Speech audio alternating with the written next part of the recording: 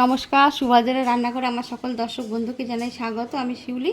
আজকে দেখো আমি কাঁচকলা নিয়ে এসেছি। আজকে আমি তোমাদের কাঁচকলা কোপ্তা কারি বানিয়ে দেখাবো। তার জন্য আমি প্রথমে কাঁচকলাটা সাথে একটা আলু দিয়ে সিদ্ধ করে নেব।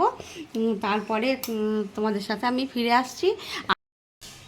আমি দেখো কতগুলো ছোলার ডাল ভিজিয়ে রেখেছিলাম, পরিষ্কার করে ধুয়ে নিয়েছি। তার সাথে আমি একটু আদা আর কাঁচা লঙ্কা দিয়ে দিয়েছি। এই দুটো দিয়ে আমি এটাকে পেস্ট করে নিয়ে ফিরে আসছি। আমার দেখো কাঁচকলাগুলো একদম সিদ্ধ করে খোসা ছাড়িয়ে রেডি করে নিয়েছি। আর তার সাথে একটা ছোট্ট করে আলু, এগুলো একসাথে সিদ্ধ করে নিয়েছি। এবার আমি এগুলোকে মেখে নেবো সুন্দর করে। এবার আমি ডাল বাটাটা দেবো। দেখো ডালটা আমি কাঁচা লঙ্কা আর আদা দিয়ে তো বেটেই নিয়েছি, আমাদের দেখিয়েছি। আর প্রয়োজন হলে আমি তারপর দেব।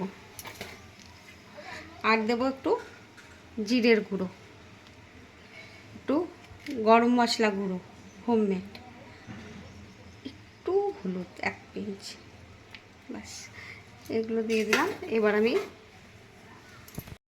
পরিমাণ মতন আমি লবণ দিয়ে দিলাম আর একটু স্বাদ অনুযায়ী চিনি দিয়ে দিলাম। এবারে আমি এটাকে হাত দিয়ে সুন্দর করে মাখবো। বেসন দিচ্ছি, ব্যাস এবারে আমি মেখে নেব। দেখো আমি দুটো হাতে তেল মাখিয়ে নিয়েছি। এবারে আমি কোপ্তাগুলো বানাচ্ছি। তোমরা তোমাদের ইচ্ছা মতো শেপ দেবে, যার যেরকম ইচ্ছা সে সেরকম শেপ দেবে।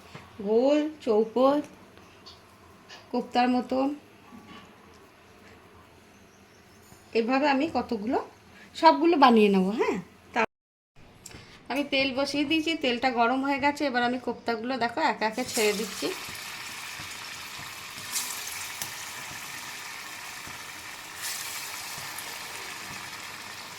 এই 4টে দিলাম, আগে 4টে ভেজে তুলে নিই। আমি কোপ্তাগুলো উল্টে দিচ্ছি। দেখো এক পাশ করে, মানে একদিক ভাজা হয়ে গেছে আর একদিক ভাজছি। আমি কিন্তু মিডিয়াম ফ্লেমে ভাজছি। হ্যাঁ, একদম হাই ফ্লেমে বা একদম লোতে না, মানে জোরে দিলে পুড়ে যাবে। আর তোমরা এইভাবে একবার বানাবে, অবশ্যই বানাবে, বানিয়ে খেয়ে দেখবে, ভীষণ ভালো লাগবে খেতে। আর কাঁচকলা আমাদের শরীরের জন্য ভীষণ উপকারী, আয়রন আছে প্রচুর। আর তারপরে এই ওয়েট কমাতেও সাহায্য করে, ওজন কমাতে। এগুলো ভাজা হয়ে গেছে। এবার আমি এগুলোকে তুলে নিচ্ছি। হ্যাঁ, তুলে নিয়ে বাকিগুলো আমি সেমভাবে ভেজে নেব। আমি আদা, কাঁচা লঙ্কা আর টমেটোটা বেটে নিচ্ছি। হ্যাঁ, আমি কড়া বসিয়ে দিয়েছি, কড়াতে সর্ষের তেল দিয়ে দিয়েছি।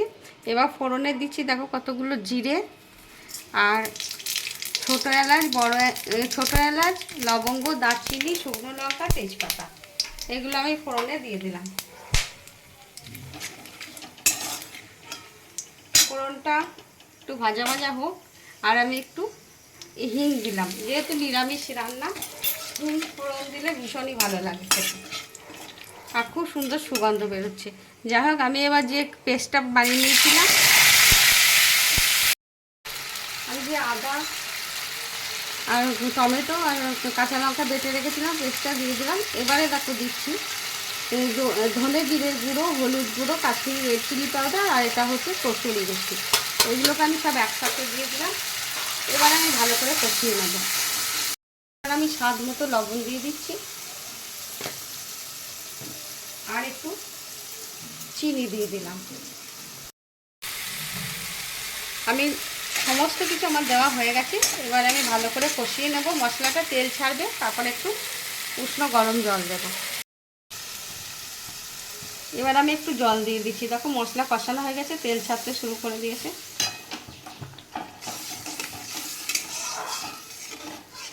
এবার এই যে ঝোলটা ফুটবে, ফুটলেই আমি কোপ্তাগুলো ছেড়ে দেবো। দিয়ে দিচ্ছি, দেখো ঝোলটা ফুটছে।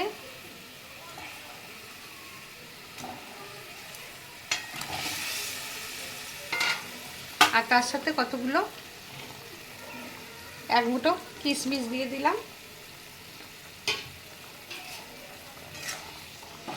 এবার একটু ফুটে গেলে তারপরে আমি নামাবো। আমি একটু ঘি দিয়ে দিচ্ছি, আমি ওপর থেকে একটু ফ্রেশ ক্রিম দিয়ে দিচ্ছি।